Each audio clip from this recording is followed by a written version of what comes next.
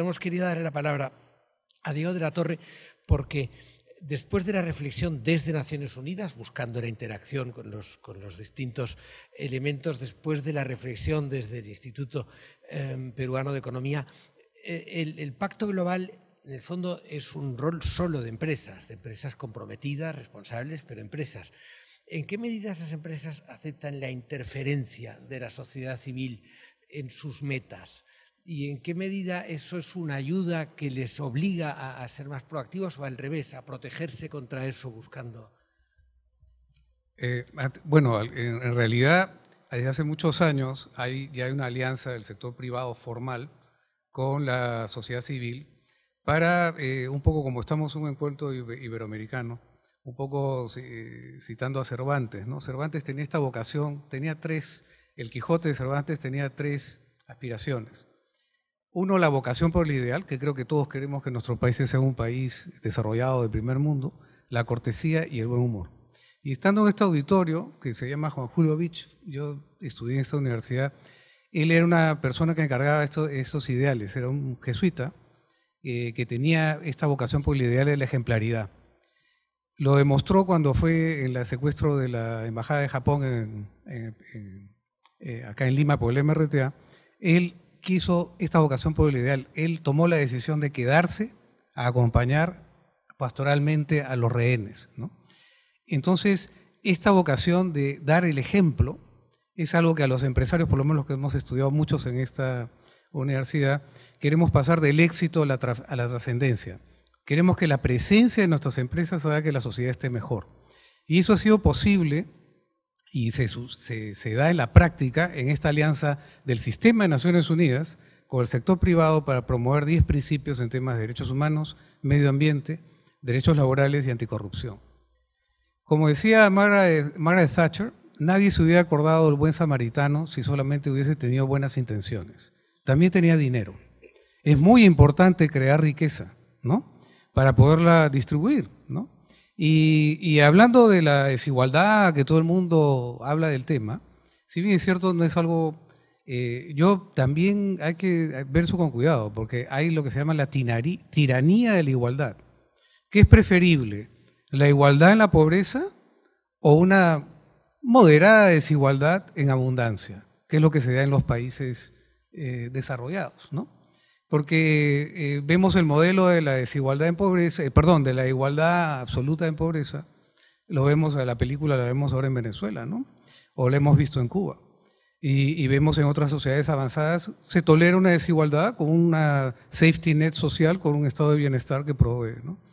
En ese sentido, el sector privado, el monopolio de la sensibilidad social y preocuparse por esta generosidad intergeneracional para preocuparnos del cambio climático, no es solamente los intelectuales, académicos y políticos. Los empresarios quizás tenemos el síndrome de la gallina muda, hacemos muchas cosas, pero no las cacareamos, ¿no? Hace muchos años, en la red, por ejemplo, en el Perú del Pacto Mundial de Naciones Unidas, ha invertido, después de pagar impuestos, más de $400 millones en temas sociales. Y eso nadie lo sabe, nadie lo dice, ¿no? Y por eso es que a mí me parece muy importante este encuentro iberoamericano, que estas alianzas entre el sector privado, la sociedad civil, la academia y el gobierno, ahora es posible. ¿Y por qué es posible? Porque cayó esa ideología disfuncional con el muro de Berlín que proponía la manera de cambiar la sociedad, era esa metáfora ginecológica, la violencia de la partida de la historia, donde el conflicto era la dinámica para cambiar la sociedad y la sociedad moderna, para cambiar la sociedad, ahora es el consenso, ¿no? Ya lo decía Vargas Llosa, ¿no? Esa ideología que ni siquiera los alemanes pudieron hacer funcionar, imagínate, tan mala era, ¿no? Con esa metafísica materialista, atea, ¿no? Una sociología deshumanizada basada en el milagro de las transformaciones súbitas y una psicología llena de complejos de envidia y de odio que tanto enfrentamiento generó, ¿no? Por eso es que es muy importante tener esta vocación por el ideal y gracias a esa caída de esa ideología, que ahora a veces se metamorfosea, pasa de ser la izquierda carnívora, pasa a ser una vegetariana, pero que a veces saca dientes, ¿no? Entonces tenemos que estar alertas en eso, Porque yo, si me permite, yo quisiera algunas cosas que hemos trabajado muy bien con muchas ONGs, el sector privado. Yo soy parte también de ONGs y el sector privado, y también he sido parte del mundo académico. Y se puede trabajar perfectamente en armonía, ¿no? Y trabajarse bien. Pero yo tengo brevemente unos consejos para la sociedad civil. Uno, todos tenemos este objetivo, los Objetivos de Desarrollo Sostenible al 2030. La buena noticia es que los objetivos del milenio en el Perú se cumplieron, o sea, del 2000 al 2015. ¿Por qué? Porque había una economía de mercado con dos apellidos, responsabilidad social y ambiental. Pero en el trato con la sociedad civil, yo pondría algunas sugerencias, ¿no? En primer lugar, el 95% de las violaciones de derechos humanos está en el sector informal. Ahí es donde el elefante en el closet. Ahí de poner las balas la sociedad civil. ¿Ok? Por supuesto también monitorear al sector formal moderno. La minería formal moderna no contamina, ¿no? En cambio la informalidad, el 80% de las emisiones de gases invernadero en el Perú es la tala ilegal, la minería ilegal, la industria ilegal, la pesca ilegal. Entonces ahí es donde creo es una primera sugerencia que yo haría. Segundo, habría un llamado a la sociedad civil a que incorporen elementos del sector privado en el manejo de sus instituciones. Por ejemplo, que logren acreditaciones. Y muchas de ellas también, se desideologicen, que basen sus campañas en la ciencia.